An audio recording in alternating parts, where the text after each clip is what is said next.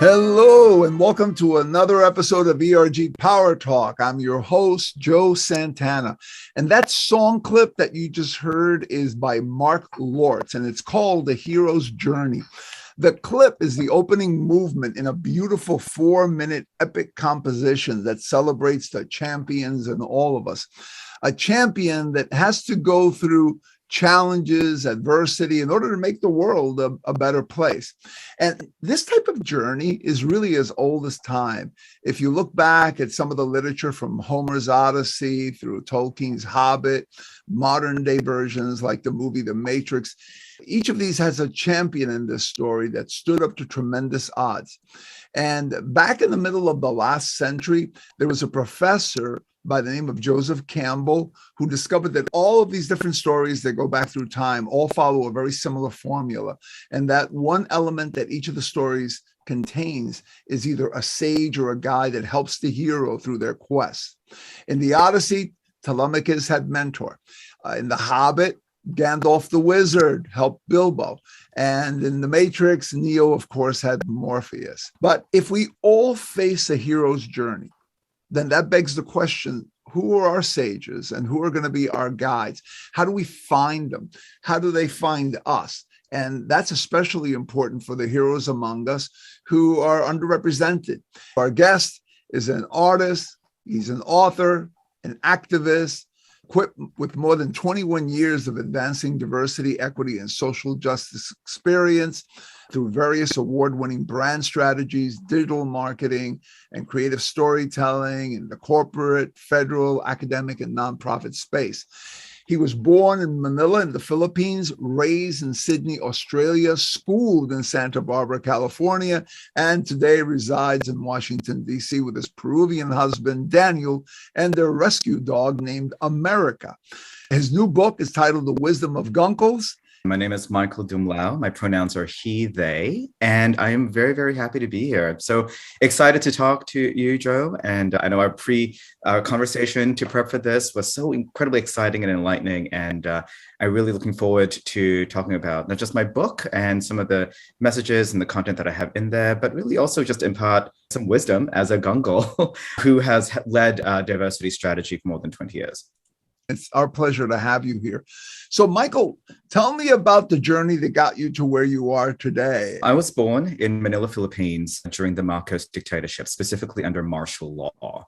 And I always start my story there because for me, it really talks to the power of what happens when people rise up, which is basically what I saw. I spent my early childhood in the Philippines observing, being part of, being witness to the people power movement, where an entire population rose up against a 30 to 40-year dictatorship. And for me, it was this clear sort of demonstration of what happens when people reject oppression and strive at least towards a better world. And then also the complications in that, the nuances in that, right? And also the what happens next after you topple oppression. There's still a need to govern, to create a space that is hopefully better than the one that you had just toppled over. So shortly after that, my family basically fled a lot of that chaos to Sydney, Australia, where we ended up joining my father's family there. And it was there in Sydney, Australia, that I discovered racism and xenophobia at the age of 7 years old, where I was literally told on the playground by a young Australian student to go back to China, even though I'm Filipino, and that my parents were coming to steal away the jobs from the native Australians, not the Aboriginal Indigenous people, by the way, from whom the Australian government had been stealing for hundreds and hundreds of years. She was actually talking about literally like the white Australians that were descended from criminals. So I always found that really interesting. That was going to be my entry into discovering basically what happens when I navigate my life as a minority in a predominantly white society. We lived there for a majority of my childhood. And then in my early adolescence, we ended up getting the opportunity to move to the United States. And so we moved to join my mother's family in Santa Barbara, California, where I discovered homophobia and what happens when a young queer femme-presenting brown immigrant has to now navigate the culture, essentially, that was very much changing at the time in Southern California. And that was also around the time that I was really using my faith as a way of distracting myself from the reality that I was starting to face in terms of my sexuality. And that's when I also discovered that faith systems in and of themselves are not always forgiving, let alone accepting. Eventually, I would come out in my late teens. And then I found myself basically going back home to Australia to go to college. The good news is that while I would say that Australia and California would become, I'd say, the sources of my trauma, they were also eventually places where I discovered my own sort of triumph, because I went back home to Sydney to become a student at the Sydney College of the Arts, where I really blossomed and bloomed in my own queerness, in my own sort of gay identity, and then eventually moved close to West Hollywood and discovered myself in West Hollywood there as well. All of these things would then empower me to move completely across the country in my early 20s to basically live by myself in New York City and then eventually in Washington, D.C. And throughout all of these, I had gurus, I had guides, I had people who were absolutely incredibly important in my own journey. And to that end, that's really what I wanted to demonstrate in my book, is the journey that we all take through these tend to be very disruptive, transformative places and times of our lives, and what the roles are of those people. In the context of my book, they are the gunkles. They are gay uncles. And I also use that term very, very loosely, really to denote queer mentors and mentors in general in a lot of ways. If anything, my journey is just a demonstration of what happens when you open yourself up to be guided, to be mentored, and then offer yourself up to be a mentor to others. That's excellent. And it's really interesting as you were talking about that, all different experiences that you've had. It just reminded me of something that I was reading recently, that we're all shaped by the experiences that we have, our perspectives. And you certainly have had a lot of lenses to look at the world through. So for those who are listening and can't see you, they probably can't see how young you are. You're relatively young, and yet it's not a matter of how long we've been on this earth, but how many opportunities we've had to look at the world from a number of different perspectives. And you've certainly had that. So I'm very appreciative of how broad your perspectives are as a result of those experiences. When we talked before, you talked to me a little bit about why you felt it was important to have a diversity of sages and guides. That maybe some of the sages and guides that we see in some of the hero epics are not right for everyone. Talk a little bit about that. I wrote this book specifically because I've discovered, and I've absolutely totally embodied, that the LGBTQ experience, specifically the queer lived experience, yields really interesting insights, lessons, and wisdoms, obviously, about how to live life authentically, about how to redefine family, and how to really be proud of what I have written about. I would say one of the core tenets really of my book is this elevation, repositioning, and celebration really of the Black sheep of the family, of which I feel LGBTQ people are the most classic sort of versions, or the classic ideas of that. We're the classic representations of the Black sheep. And what I love about that is that it helps reposition these people in our lives, these people in our families, these people in our communities that have traditionally been excluded and erased, right? We're typically regarded as cautionary tales. We're typically regarded as the people that you do not want to be. But I am here to say, and my book is here to say, is that those of us who espouse the idea of the Black sheep, the identity of the Black sheep, we are the disruptors, the defiers, and the redefiners of traditions that don't always include us. In fact, traditions that very actively exclude us. And I feel that, this is a unique position, as a unique opportunity for us to really see how people that have not always been elevated as heroes, whose lived experiences have not always been seen as sources of wisdom, right? As places that we should really rethink, particularly for those of us like LGBTQ people who have had to go through that journey of uncovering our truths, covering it up because society tells us to, and then uncovering it in celebration, right? Only to then face tons of violence in some cases and discrimination. And then that journey of that practice, really, that daily practice of having to negotiate which of ourselves is safe to uncover, is safe to surface. Like, that is something that we do very naturally as LGBTQ people. And I feel like there are some inherent lessons there that can certainly help drive, especially non-LGBTQ people who may themselves identify as being the black sheep of their family. I have to actually discover that as I've gone around the country, and I'm actually on a tour right now talking about my book, is that there is something very universal about the idea of the black sheep. There's something very universal about feeling like you are set on this earth to change something. In fact, I've actually started my talks asking everyone in the room, raise your hand if you've ever disappointed your parents by your life decisions. And 2/3 of the room usually raises their hand. And I think a lot of that speaks to this idea that I think we are now in a time of history where we are being prompted and forced to question everything, to question traditions, question systems, and question all the inequities and injustices within them. And that is frankly what Black sheep and LGBTQ people who have, the ability to do that in their families, that is what they are able to do. And I think that's what they're able to teach. And to the question of why do I feel it's important to ever have more diversity in our sages and guides? It's because we have looked to a very archetypal, similar, we've had the same sages and the same guides for a really long time, right? The people that we have elevated as in our cultures, in our societies, as to who defines what success looks like, those kinds of people do not look like me. They do not live like me, nor do they love like me, nor the people in my community. And I do think it is absolutely time for us to look elsewhere, especially for those of us who are working really hard to dismantle systems that oppress and exclude. And so for me, it's all about making sure that particularly people like myself who embody multiple marginalized identities can find sages and guides that have walked the path and specifically have traversed that path of trauma to triumph in a way that I would recognize and that is relevant to me.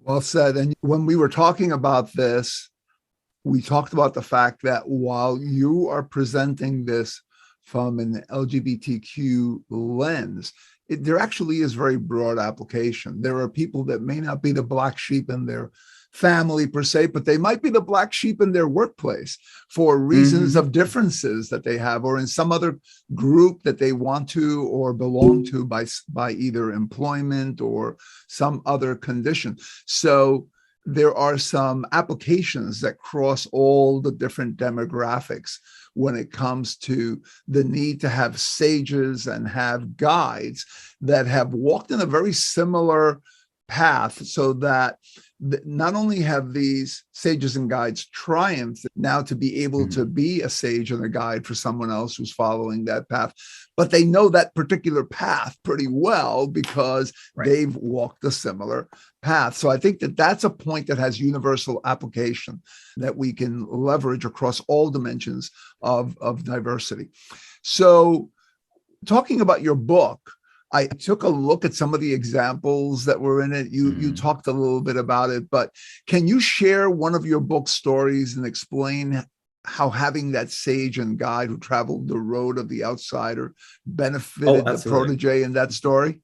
Absolutely. So in my book, I have 10 powerful stories demonstrative of 10 very, very different kinds of stories that are currently out there. Everyone is, LGBTQ, majority are people of color, many are immigrants that escaped as refugees from political turmoil, and many are either transgender, gender non-binary, or people who express gender in a very fluid and different way.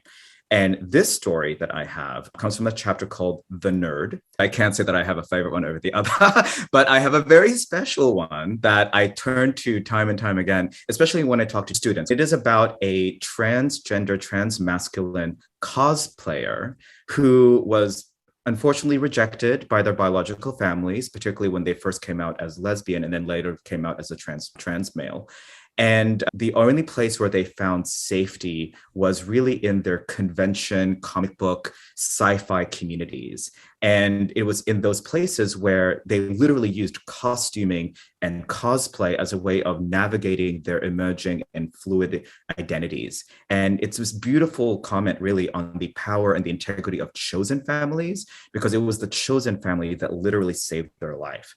And I'm going to read actually about the very first member of that chosen family, the one who is not related to the protagonist by blood at all. They are a family friend, but they are a family friend that literally unlocked a world of safety and celebration for them. So if you don't mind, I'm just going to read the passage. Prophetic and eccentric, Aunt Patty was Coda's first foray. So Coda is the protagonist. Was Coda's first foray into the world of comic books and conventions. Though Coda wasn't given permission to attend one at that young age because it was deemed a boys' thing, Coda felt they experienced them nonetheless through the stories and characters made tangible by Aunt Patty's gifts. Though Coda's mother complained about the comics that littered her house, the gifts kept coming and evolving as Coda grew older to reflect what was going on in the world. Aunt Patty gave Coda books that were intended for both boys and girls, as well as more mature books that had figures and heroes she knew Coda could look up to.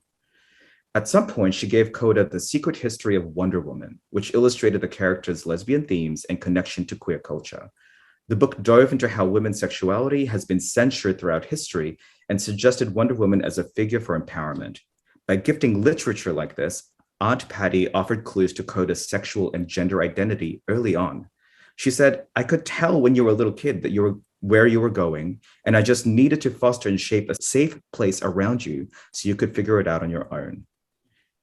So, and it goes on to basically talk about how she would eventually like carve out this beautiful, safe space within this relationship that she had with Coda, the transmasculine cosplayer, and then eventually usher them into a safer community after their parents unfortunately kicks them out of their house. And it is in that community where Coda finds a livelihood, eventually finds their soon-to-be husband, eventually finds basically a community that loves them. And for me, it all started with this one guru who recognized a young person that needed to be protected, needed to be nurtured, and created that space in which they could really explore who they are. That's a beautiful story. And it really does drive home, that point about why it's important to have somebody who understands the journey to help through the journey. And as I said before, it's something that we can apply universally. So let me ask you this. Why should the big corporations that are out there care about people having sages and guides that understand their particular journey and that can help them to fully realize their fuller self? Why is that something that a company, executive, leadership team, management team should really care about? I think we're at a point now, and this is coming from more than 21 years of working in corporate and leading corporate spaces. I think we're at a point now where we are asking ourselves, what is leadership? What truly does it mean to create spaces where we drive innovation, that we inspire innovation? I specifically work in a technology innovation space, but I also do so in the context of government and consulting. And it's always been this interesting, I would say, negotiation and balance between the conservatism of a government sort of environment versus the push for progressive innovation that technology tends to prompt. But what I've also discovered is that between the two, there's still this incredible need for leadership that is empathetic for the kinds of experiences that you have to bring that to create spaces of innovation that absolutely are the kinds of lived narratives and experiences that weren't there before, especially if you consider where technology is going, how consumers are evolving, right? And what they expect out of a brand, and what they expect out of organizations, and the responsibilities that organizations and corporations have to not only the welfare of their customers, but certainly the welfare of their employees. I think you're now seeing a greater push for leadership that is truly understanding of what it means to dismantle systems of inequity, to create systems of true wellness. If you're expecting people to bring their full authentic selves to work, as every corporation has said they want, as my corporations have certainly pledged to have as part of their culture, then you really have to question exactly who is leading those charges. And are they truly empathetic? Are they truly disruptive? Are they truly going to be the ones that reflect the kind of lived experiences that these new kinds of talents that you claim you want as part of your innovation pipelines, that are you truly understanding of what it means for them to enter spaces that they probably were frankly excluded from for very long? And I think this is where things like the nature of the roles of the black sheep come in. This is certainly where the idea of, understanding what it means to be excluded, to then create spaces where you are included in a really authentic and sustainable way, I think really becomes part of corporate strategy if you truly want to be competitive in a landscape that I think is increasingly starting to request it, mandate it of their brands, of their products. Yeah, great points. As I'm listening to you, having been in corporations for many years myself and heard some of the language around getting people to be more authentic, getting more of that diversity in there, I'm sure that you've seen that in some organizations, there's almost like an invisible pull toward having people become more of whatever the normative caricature is of what someone's supposed to be in a company. And those two forces oppose each other to some degree, because you've got on one end the language, and certainly in some cases, I would say really the sincere desire to go in the direction of let's allow people to be fully expressive of who they are to a degree that unleashes all that creative energy, all that innovation that certainly the organization wants. And then there's this unconscious magnet that pulls the other way and says, we want a lot of diversity, and then we want to standardize it and for it to fit into a particular normative mold. How do you recommend addressing that? I think we need to start getting away from the idea of cultural fit and starting to navigate towards the idea of cultural add, right? Of cultural value add, right? How are you adding to the culture? How are you adding to the evolution, and not forcing people basically back into a mold? I am literally the person who walked into my first day in the FBI's Quantico insisting that I wear heels, because that is my truth. I walk into the Pentagon wearing heels as a femme-presenting brown immigrant queer person, because I want to make sure that people understand that if you are truly sincere in wanting me to express my full authenticity, in so being, unlock all of the potential inside my head, because I am no longer having to compartmentalize my mental energy between navigating which part of me to code switch, then you are going to expect me in my femme presenting self with my nails and with my heels, because that is what you're going to get if you truly want to get all of me. In which case, you need to stop advocating for culture fit and instead looking to culture add, which I know I'm not the first person to say. That's something that a lot of people are saying, but I'm starting to see, and I see a lot of people are now testing, frankly, the sincerity behind that intention. That's one thing. I think the other thing too is like recognizing that in of itself is a hard journey, because you are asking corporations, managers, recruiters to defy decades and decades worth of mandates that tell us find the person who fits in the firm, versus creating a firm that fits for the diversity that you are looking for. Yeah, no, those are great points. And I think that another thing that's talked about from time to time that's important to this conversation and thinking as well is this whole idea of what is a requirement to perform a particular role or to be able to contribute to an organization, and what is a preference. And for example, if I had one situation years ago where there was this young man who was probably one of the best people that we had in one of our call centers. And the call center was located out in the Midwest somewhere.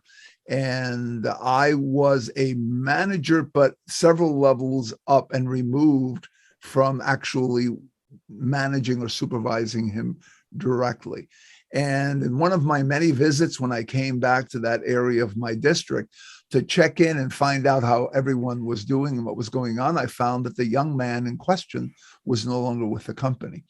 And when I asked the supervisor or the manager who worked for me to ask the supervisor what had happened, I found out that the manager and the supervisor had decided to let him go because he wouldn't conform to the company's policy in terms of appearance.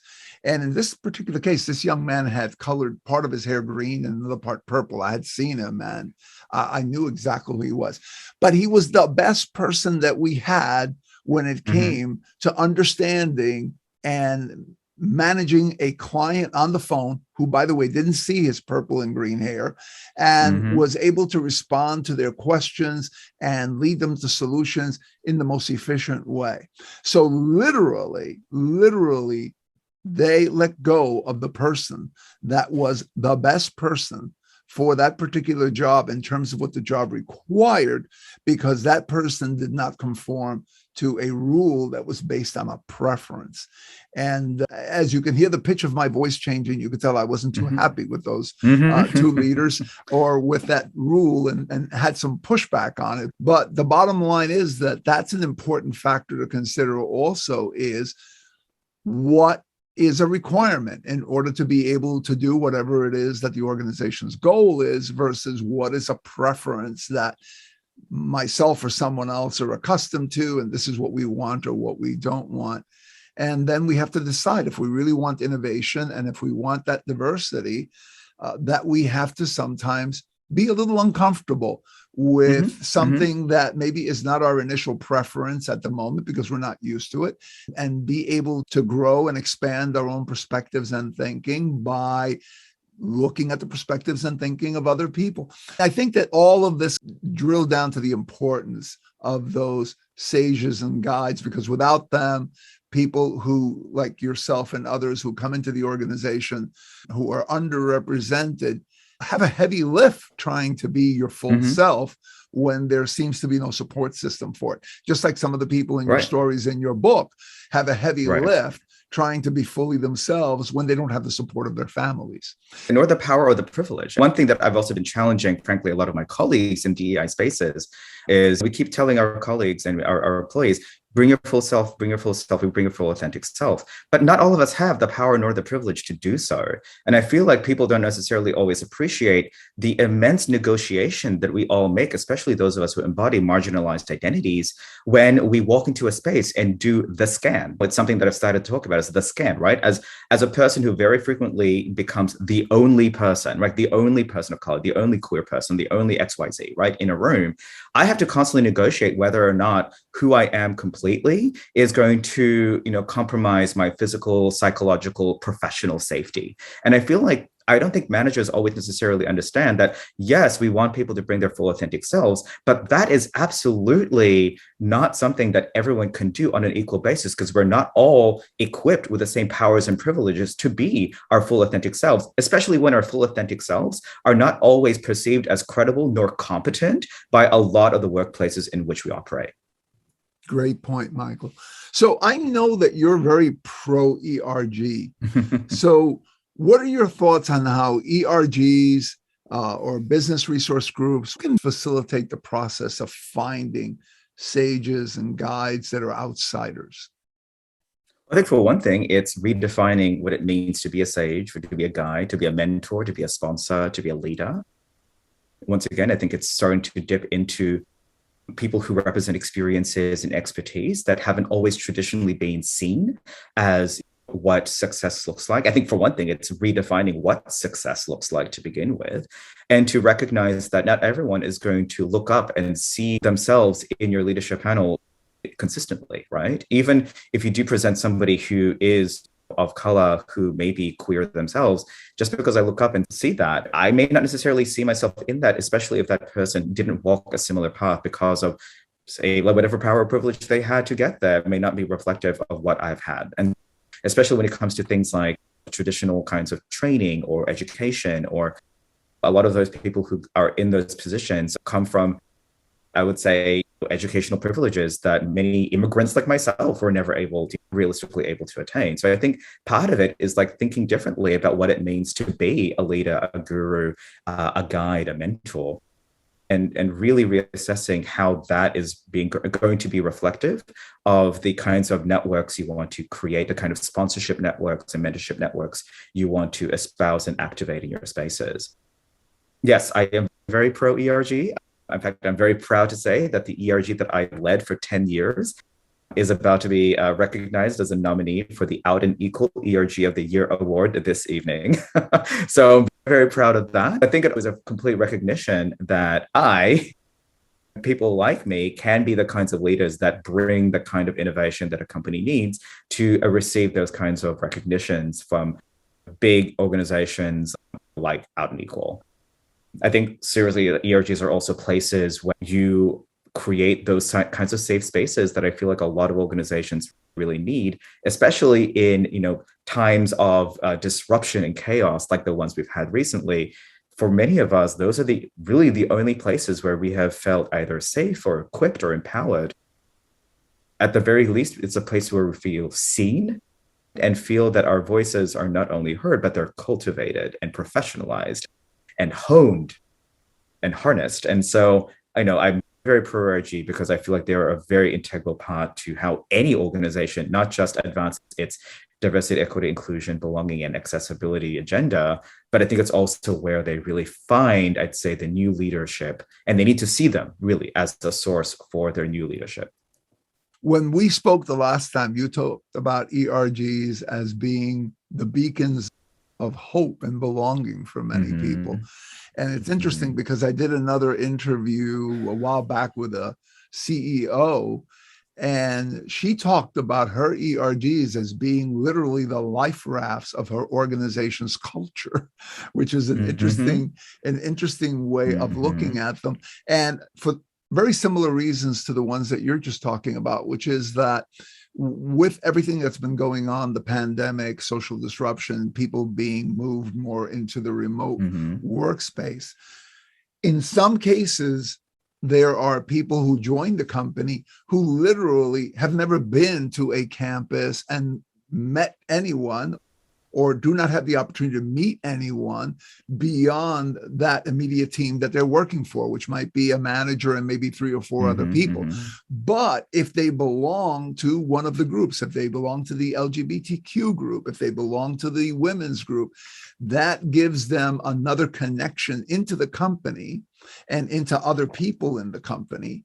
And that tends to create a tighter connection, which then bonds that person more to the company. So she was talking about that, which kind of aligns pretty well with what you're talking about in terms of these being beacons of hope, or places where people can then attach and connect to the organization. So it sounds like there's a lot of opportunities for ERGs to fill a void that was there perhaps before the pandemic, but it's grown into this huge chasm now, post-pandemic. What are your thoughts on that? I would also definitely add, this is certainly very true of my experience. ERGs and leading ERGs has also been, I feel, a really important ways for people to exercise their managerial and flex their managerial muscles a little bit, and to explore skills and to harness skills and deepen skills that maybe your day-to-day projects won't necessarily let you. More importantly, it also allows you to greatly broaden your network, because in many cases, ERGs are cross-company, they're cross-firm. It exposes you to leadership in other parts of the company and other parts of the organization that you would otherwise never have opportunities to do. So it grants visibility, it grants great network power, but it also gives you this ability to expand your own brand, and by extension, your company's brand, into the communities that you serve. That was certainly the case for myself when I led my ERG, which became a business resource group, particularly very intentionally. We did that by really focusing on recruiting and talent and attracting talent, recognizing, for example, that ours is a community that has not always been included or sought after, especially when it came to government, especially when we were literally fired not so long ago just by coming out from a lot of those places. And so for us, it was very intentional to use our ERG as a recruiting pipeline for not only new talent, but also for new businesses, for vendors, for creating a supplier diversity pipeline. Like, we used it very intentionally to prove not only the power, but the business tie, right? The tie back to revenue, which I think is also something that I feel many ERG need to be seen as, is that they're not only places where you create affinity amongst your employees. I think they're also technically places where you can start to create, opportunities for revenue, right? Which, in many cases, I think a lot of our corporations, that's where they exist, to create revenue while also being responsible to their communities and their employees. But, I think this is a great way to do both. It's a great way to create that nurturing space for talent that is different than what you have sought after and what you've nurtured before, while at the same time also creating new inroads and new opportunities, maybe even new marketplaces that you didn't authentically have a reason to reach out to before. Absolutely. And in addition to that, I think it also becomes a place where people who are normally underrepresented can develop themselves into the future sages and guides of other people that will come up behind them. And you talk a lot about that as well, how it's the people who actually are the ones that are helped by sages and guides, that once they complete their own hero's journey, get to the other end, and then they become the sage and guide for the heroes that follow. Can you talk a little bit about that? Actually, so the nerd, Coda, I started the story talking about how their Aunt Patty was the one who created a safe space for them to discover their true identity and who they are. And then they took the lessons from Aunt Patty and created a very similar space for their niece, Coraline, to come out as queer as well. And every single one of my stories, actually, I was very intentional in creating a multi-generational narrative that started with the sage that guided the protagonist. And then as the protagonist, walks that path from trauma to triumph, they emerge having created a sense of self, but also gleaning some insights from that journey that then they use to guide the next generation. It's certainly true of my own journey and the chapter that I wrote about myself, how I used the lessons that I picked up from my grandmother, who for me was the first, even though she herself probably did not identify as queer, I see her as my original gunkle insofar as she was a single mother of four who raised a family single, right, as a single Filipino woman in the Philippines in the 60s and 70s, resisting all the urge and all the advice and the prompts to get remarried. She says, no, I don't need a man. And so she raises these kids by herself in a very difficult time during a dictatorship, no less. And for me was the first demonstration in my life that I could point to of somebody who defied tradition, who charted her own path and created a space for someone like myself, her grandson, to feel nurtured to come out and to be who I am. And then I'm literally taking that exact same set of lessons and applying that as a guardian and as a godfather to two biracial young women, two nieces who are half Black, half Filipino, who in the last year particularly felt incredibly embattled between the Me Too movement, the rise of anti-API hate, and all the discussions around Black Lives Matter. As young Black women, as young Filipino, Asian women, and as young women, they were feeling like, what is my worth? What is my value when the world seems to be against me? I used my grandmother's lessons, then the lessons she taught me about, finding my own worth, about creating space for myself and choosing family and choosing my own family, frankly, to impart that to my nieces and hopefully help them have a lighter path. And so literally every single story has that. I think it also speaks, frankly, to the fact that we owe a lot of what we know to those that helped us. And it's almost a responsibility for us to make sure that we impart that for the next generation. That's a wonderful statement. I've read parts of your book already, and I've enjoyed it. I keep plowing through parts of it. It's got some great stories. You've shared maybe one or part of one or two there, but how can our listeners get a copy of your book, Michael? So The Wisdom of Gunkles is available wherever you purchase books online, for example, Amazon. And it is also available in select bookstores across the country. By all means, please request it in your local indie bookstore because I love supporting local retail. You can also find out more about the book, about my interviews and my book tour that I'm doing across the United States at my website, www.thewisdomofgunkles.com. And you can follow me on Instagram, Facebook, and LinkedIn on either at Michael Dumlao or on the hashtag The Wisdom of Gunkles. Thank you for that, Michael. I appreciate it. So, Michael, thanks again for joining us today. It's been a pleasure talking with you.